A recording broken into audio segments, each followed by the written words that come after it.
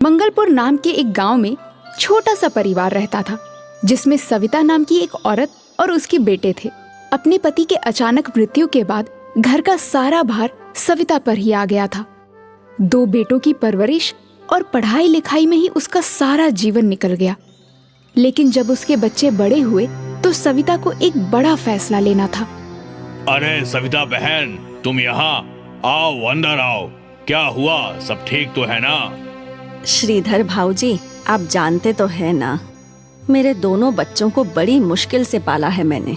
अब उनके शहर जाकर कॉलेज पढ़ने का टाइम आ गया है, मगर मेरे पास इतने पैसे नहीं हैं कि मैं दोनों को आगे पढ़ा पाऊं। अगर एक बेटे को नहीं पढ़ाया तो उसके साथ अन्याय होगा। ऐसे में मैं क्या करूं? तुम शांत हो जाओ और ये बताओ कि दोनों में से होशियार कौन है? मेरा मानव ज्यादा होशियार है। यूं तो अतुल भी ठीक ठाक पढ़ लेता है, मगर मानव पढ़ने में ज्यादा अच्छा है। तो बस फिर अतुल दोनों में से बड़ा है और होशियार भी। तुम उसे शहर पढ़ने के लिए भेजो और मानव को अपने पास ही रखो।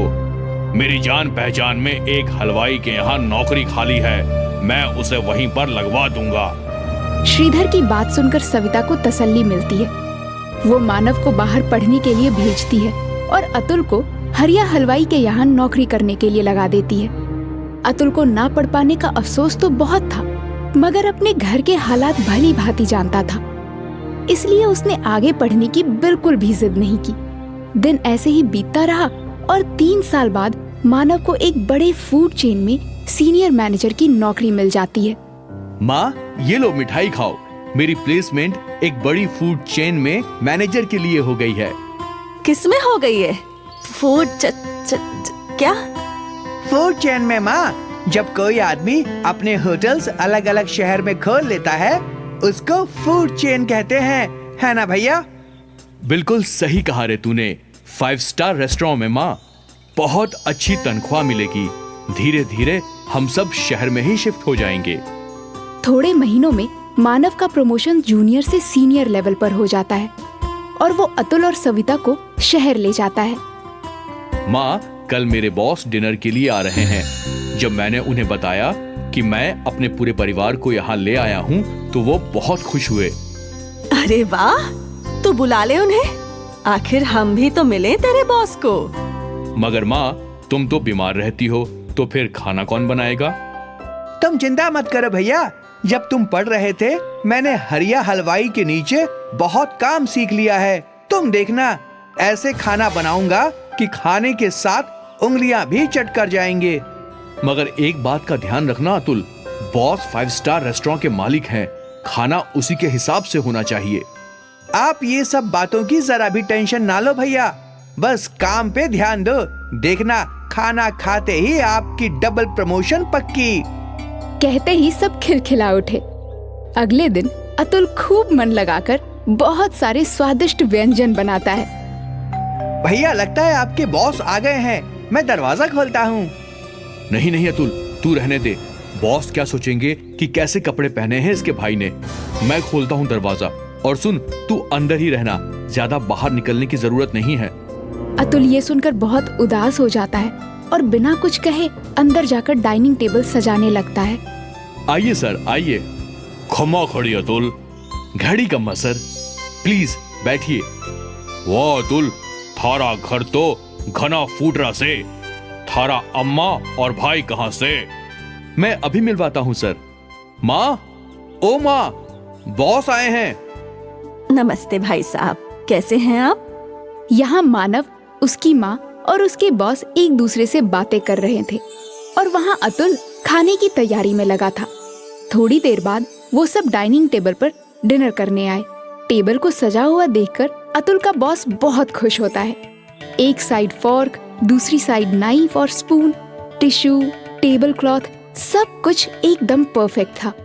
I hope you like the food sir. It's amazing. किसने बनाया है? जी, मेरे छोटे बेटे ने, अतुल। अरे मानव, अतुल घर पे ही है। अब तक तूने मुझे मिलवाया नहीं उससे। वो सर, वो खाना बनाने में बिजी था ना, इसलिए। अतुल, अतुल बेटा, इधर तो आ जरा। अतुल हिचकिचाता हुआ बाहर आता है। वाह बेटा, खूब चोखा खाना बनाया है थाने तो। कहीं से कुकिंग का कोर्स किया है क्या? नहीं सर, ये तो हमारे गांव में एक छोटे हलवाई के यहाँ नौकर था, इसलिए थोड़ा बहुत बना लेता है। अपने भाई के मुंह से ये सुनकर अतुल फिर से दुखी हो जाता है और खाना खाने के लिए बैठ जाता है। जाने से पहले अतुल के बॉस मानव को एक ऑफर देते हैं। खाना खा के मजा आ गया। ना ही सिर्फ खाना मगर टेबल एटिकेट्स का भी पूरा ख्याल रखा था अतुल ने। सुनीता जी, अगर आप बुरा ना माने तो एक बात कहना चाहूंगा। आपका बेटा बहुत टैलेंटेड है, हमें एक नए शेफ की जरूरत है, तो क्या अतुल वहाँ हेड शेफ की नौकरी करना पसंद करेगा? मगर सर, अतुल ने कोई फॉर्मल डिग्री नहीं ली है इसमें तो। ये तो ऐसे ही बस थोड़ा बहुत कर लेता है। वो थारी टेंशन नहीं है मानव, मारे को बस स्वाद एक नंबर चाहिए और कुछ नहीं। अतुल, तुम कल मानव के साथ ऑफिस आ जाना और वहीं पे एक डिश बना के खिला देना। ये सुनकर अतुल तो बहुत खुश हो जाता है, मगर मानव को ये बात बिल्कुल पसंद नहीं आती। अगले दिन अतुल वहाँ पहुंचकर अपनी डिश बनाने लगता है।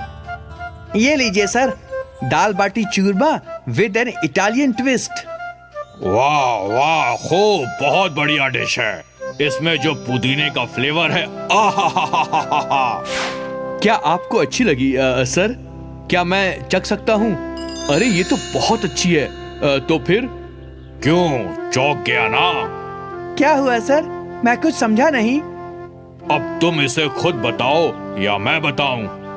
वो अतुल, मैं इस रेस्टोरेंट के शेफ को तुम्हारी डिश में नमक मिर्ची डालने के लिए कहा था ताकि तुम्हें यहाँ नौकरी ना मिले। क्या?